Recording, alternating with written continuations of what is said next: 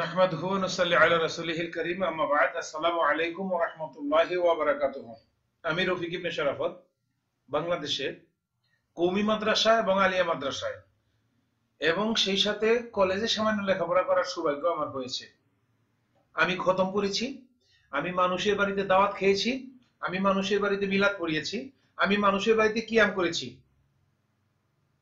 আল্লাহ সুবহানাহু ওয়া তাআলা আমাকে হেদায়েত করেছেন ইমাম আবু হানিফা রাহমাতুল্লাহর ওই কথাটির মাধ্যমে, ইজা সাহাল হাদিস ফাহুয়া মাযহাবি, যেখানে সহিহ হাদিস আসবে, কোরআনের আয়াত আসবে, সেটাই আমার মাযহাব। ইমাম আবু হানিফা রাহমাতুল্লাহর মত এটি। আর তখন থেকে সহিহ হাদিসকে গুরুত্ব দিচ্ছি।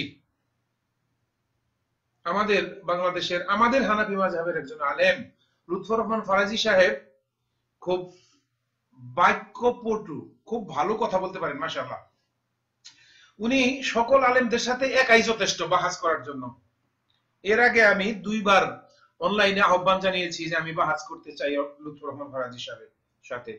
উনি এবং ওনার দল বলেরা, ওনার লোকেরা বলেন সামনাসামনি বসতে হবে, অনলাইনে বসবে না।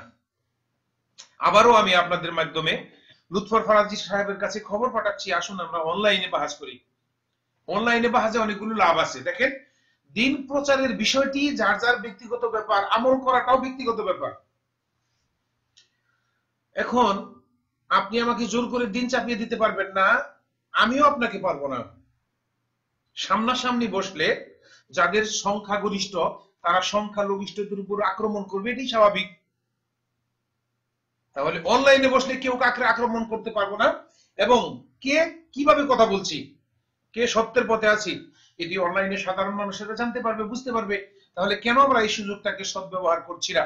আমাদের না, কিছু ভাইরা ভয়েস চ্যাট রুম করেছে, যেখানে 300 পর্যন্ত লোক শ্রোতা থাকতে পারে এবং বক্তা কথা বলবে, 300 লোক শুনবে। অনলাইনে 300 লোক সংগ্রহ করা কঠিন। তাহলে আমরা সেই রুমে এসে প্রথমে লুৎফর ফরাজি সাহেব আধা ঘন্টা কথা বলবেন, তারপর আমি আধা ঘন্টা কথা বলবো, তারপর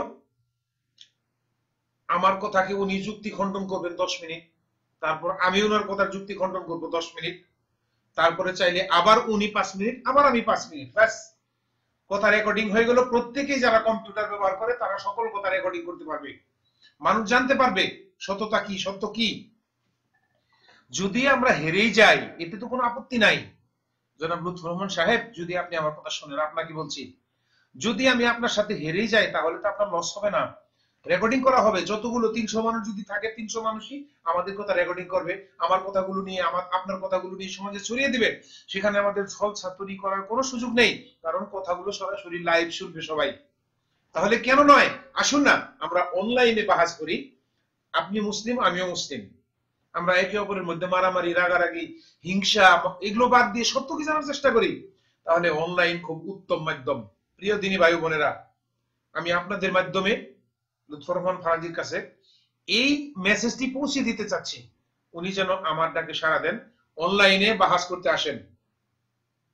আপনারা শেয়ার করে যেভাবে পারেন আমার এই কথাগুলো জনাব লুৎফর রহমান ফরাজি সাহেবের কাছে পৌঁছে দিন, অথবা কেউ যদি পারেন আমাকে লুৎফর রহমান ফরাজি সাহেবের টেলিফোন নাম্বার দিন, আমি ওনাকে কথা বলবো। আমি মনে করছি ওনার সাথে বসার প্রয়োজন আছে। আল্লাহ সুবহানাহু ওয়া তাআলা আমাদেরকে সত্য জানার তৌফিক দান করুন, সেই সত্য যে সত্য সপ্তম আসমান থেকে নাজিল করা হয়েছে আমাদের প্রতি। ইত্তাবিউ মা উনজিলা আলাইকুম মির রাব্বিকুম ওয়া লা তাত্তাবিউ মিন দুনিহি আউলিয়া কালিলাম মা তাযাক্কারুন।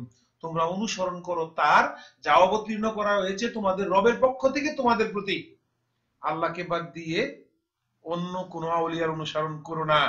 খুব অল্প লোকই আল্লাহর এই নসিহত গ্রহণ করে থাকো।